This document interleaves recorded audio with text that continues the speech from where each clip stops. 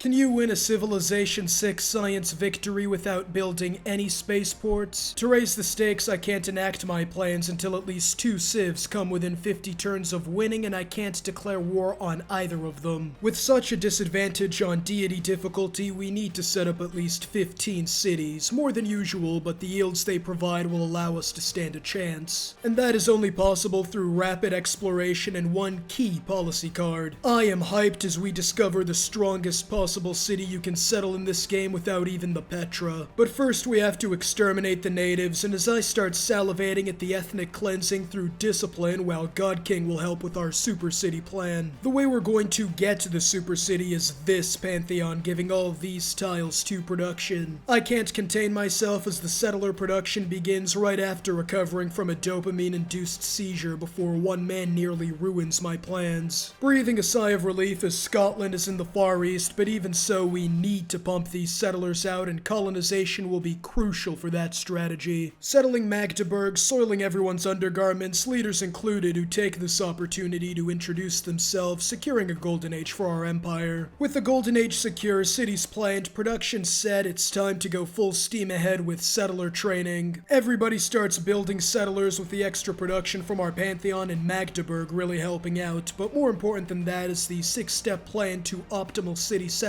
starting with the government plaza. The second step requires us to trade for luxuries to get the 10% boost to all yields through amenities, swarming out settlers much quicker. The 10% modifier also improved the urban planning policy card plugged into Classical Republic for even more amenities. The hyper-focus on political philosophy granted us the governor titles needed to get Magnus's provision, keeping population numbers steady. But the location of said settlements might be the most important step. Cologne, Heidelberg, and Berlin make up the frontier towns which prevent anyone else from settling our sphere, ensuring 17 future cities. Right on time too, as the ensuing Dark Age will be the most arduous challenge we have this game, as I audibly gulp and begin sweating profusely. The problem with Dark Ages is the lack of loyalty, which presents risk to Berlin and Cologne from being stolen. Luckily we planned for this with serfdom and the government plaza we built earlier. 5 build charges allows us to improve our tiles throughout our cities as domestic production begins booming like it was September 11th, counteracting the Dark Age itself through high population and amenities, which also puts us in prime position for a heroic age. To do this, we selected the District Construction Dark Age dedication and begin what Human Rights Watch calls illegal forced labor. This won't be enough, as the best way to obtain era score is to build wonders, and that's where the Magdeburgian Petra comes in. Our industrial schemes skyrocket our resources, but the cost of that was our military that would be hard-pressed to defeat Civil War LARPers. That was when some unscrupulous actors threw a critical wrench into our plans. Barbarians begin accosting us from all sides with advanced military technologies as our empire is thrown into crisis. To survive, we need to improve our military capabilities and work with nearby cities to destroy the threat. The Southern Front is the most dangerous, and if we don't eliminate them, they'll start swarming us with 8 man-at-arms minimum. My fire support was able to bait out the spearmen as my ranged corps held the line, leaving Hattusa to eliminate that encampment. Hanover serves as a resettlement outpost to prevent any other tribes from congregating anywhere outside their reservations. The Northern Front discovers potentially dangerous scouts, but to our luck they commit the cardinal sin of greed as our cavalry treats them like Japanese prisoners in 1945. As we plan our ambush, a third front opens up with nothing but our lone warrior on site. Trying to stop Barbs with a warrior is like trying to stop Putin with the Geneva Conventions, and so I'm forced to purchase a horseman. With one front down and one in danger, let's go to the third, where after coordinating with Caguana, we encircle the fortified man-at-arms and dispel the rebels at the cost of thousands of lives. Down south, our bait doesn't go as planned, and when sending out our cavalry to discover what happened to the warriors, we come across a grisly scene. We cannot possibly hope to hold the pass against their firearms, so we elect to fortify the city instead. Thankfully, we're saved from a siege as the Japanese have taken up forward positions and will no doubt eliminate the barbarian threat without our interference. But as I'll soon discover, leaving my enemy to fight another day has dire consequences. But before that day comes, our people celebrate victory as we can now look inward and attempt to regain our past heroic glory. With many cities already large enough, we can make use of Germany's unique ability, giving us an extra district per population than normal. But even with massive spam of campuses, Hansas, and commercial hubs, we still face a potential disaster despite the doubling of our science science and culture. We need 17 Aeroscore to get our heroic age, and districts alone can't cover it, so we made the decision to beeline exploration and secure Merchant Republic. This not only gives us more policy slots to improve production, but also gives us a massive injection of Aeroscore. This split-second government decision is enough to push us over the threshold into a heroic age, and it's about to get even sunnier as the North is about to completely change the game. With our cities developed in German technology and culture at the global forefront, there's one thing we can do to ensure we unlock all techs before my plans can be enacted. The more astute of you may have noticed the variety of city-states and my incessance in fostering relations with the culture and science ones. This was all to lead up to this moment, as in our northern city of Hamburg, everything has been set up for Kilwa Kisanawa. With our already massive technological advantage, there's no doubt on whether we can complete this wonder, so how did this brilliant wonder affect our yields? 50 science and 60 culture from just one wonder, which will only increase as the game goes on. This will be imperative for keeping up in the modern era, yes, modern era, as the industrial age is a lost cause. But as I begin constructing traders to make use of reform the coinage, my heart drops as I realized something. This is going to be nowhere near enough, and so we need to find a way to utilize German industry to fill out the era meter. That goal starts first and foremost with technological development, as by being the first to discover research labs, we can increase our science exponentially, increasing production through technology. Where the greatest wonder spree ever began, Taj Mahal, Huitacaloy, a masterful placement of the Panama Canal, and Big Ben. All of this moves us near the Aeroscore total, but it was the great merchant who secured the services of the Vatican that pushed us over the edge. And with that, we secure a second heroic age, but instead of a moment of celebration, our empire is about to be thrown into total chaos. While we were busy transforming Germany into a scientific and economic hub, Babylon was a little more forceful. As evidenced by Hammurabi's mascara, he wanted to be a Hamu daddy this Valentine's Day to a goth girlfriend, and who better than goth Cleopatra, but he still wasn't satiated. And Frederick's fat ass was next on the hit list. But what Hamu daddy didn't realize is with our supreme technological advancement, it took but a moment for us to change gears and ensure our rightful position as the top. With the construction of the German Air Force, we use our air supremacy to not only secure our sphincters from complete annihilation, but also to prove you can teach a dog new tricks. As instead of Anschluss or Lebensraum, we embark on the policy of drink her bathwater, a special operation that punishes Babylon for attacking us by forcing him to release goth Cleopatra as a buffer state. This turn of events forces a peace deal before we reach the Babylonian industrial heartland, and right on time too, as it's time for us to begin our own plans for the space race as Japan and Scotland have reached the threshold. It's time for Operation SN Piss on Their Corpses. Firstly, I apologize for misleading you in the name of tension and misdirection, as with 50 turns left until defeat and 2 civs to deal with, I said I was doing this without declaring war. I will declare war on Scotland, in fact. However, I'm not allowed to attack Japan or get anyone else to attack Japan, and so I somehow have to take Scotland's cities, construct all 4 space projects and the boosters in what would normally take no less than 60 to 70 turns to complete. So how did I do this? A war with Scotland seems simple, but I can't nuke the place, else the radiation will ruin the production needed to get the space projects out ASAP. So I need to go in with aircraft, and our initial assault looks promising. Scone was put in various positions for easy access to Cunnilingus, but the problem with aircraft and what halted our offensive was the enemy giant death robot. They nullified my air power, and so I needed to think of a way to deal with them and fast. And the only thing that can counter these Civ Lifer subscribers is Civ Lifer subscribers of my own. As we get to massacring their GDRs with our GDRs, I notice something. The Scone spaceport is ruined, and me not being able to build spaceports also means I can't repair them. And this is where my plan falls apart. Do spaceports automatically pillage when you take the city? If that's the case, then I'll have to concede defeat, and so with my sphincter impenetrable, I storm Dumbarton. Apologies to anyone living in a city called Dumbarton, and...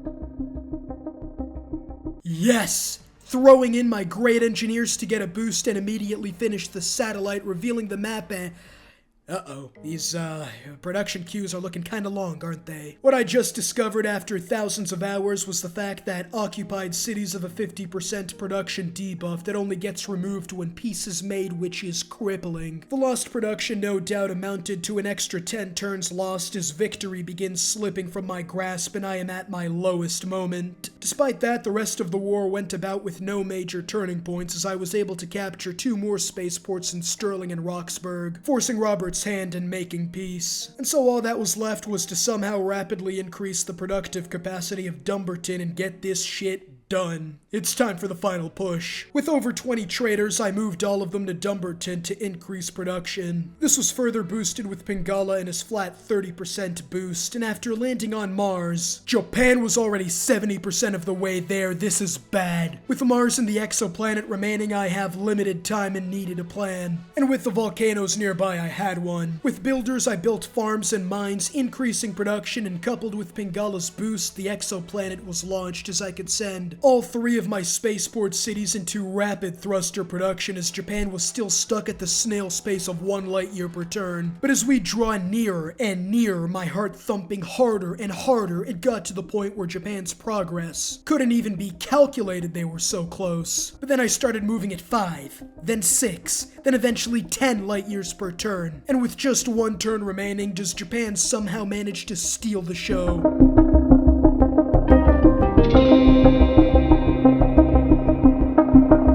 I was never in doubt. Within just a few turns from defeat, we snatch victory from the jaws of defeat. Defeating the Science Victory Challenge without building any spaceports, but unlike a science victory, you can actually win a religious victory without building or capturing any holy sites. If you want to see that in action, check out this video here.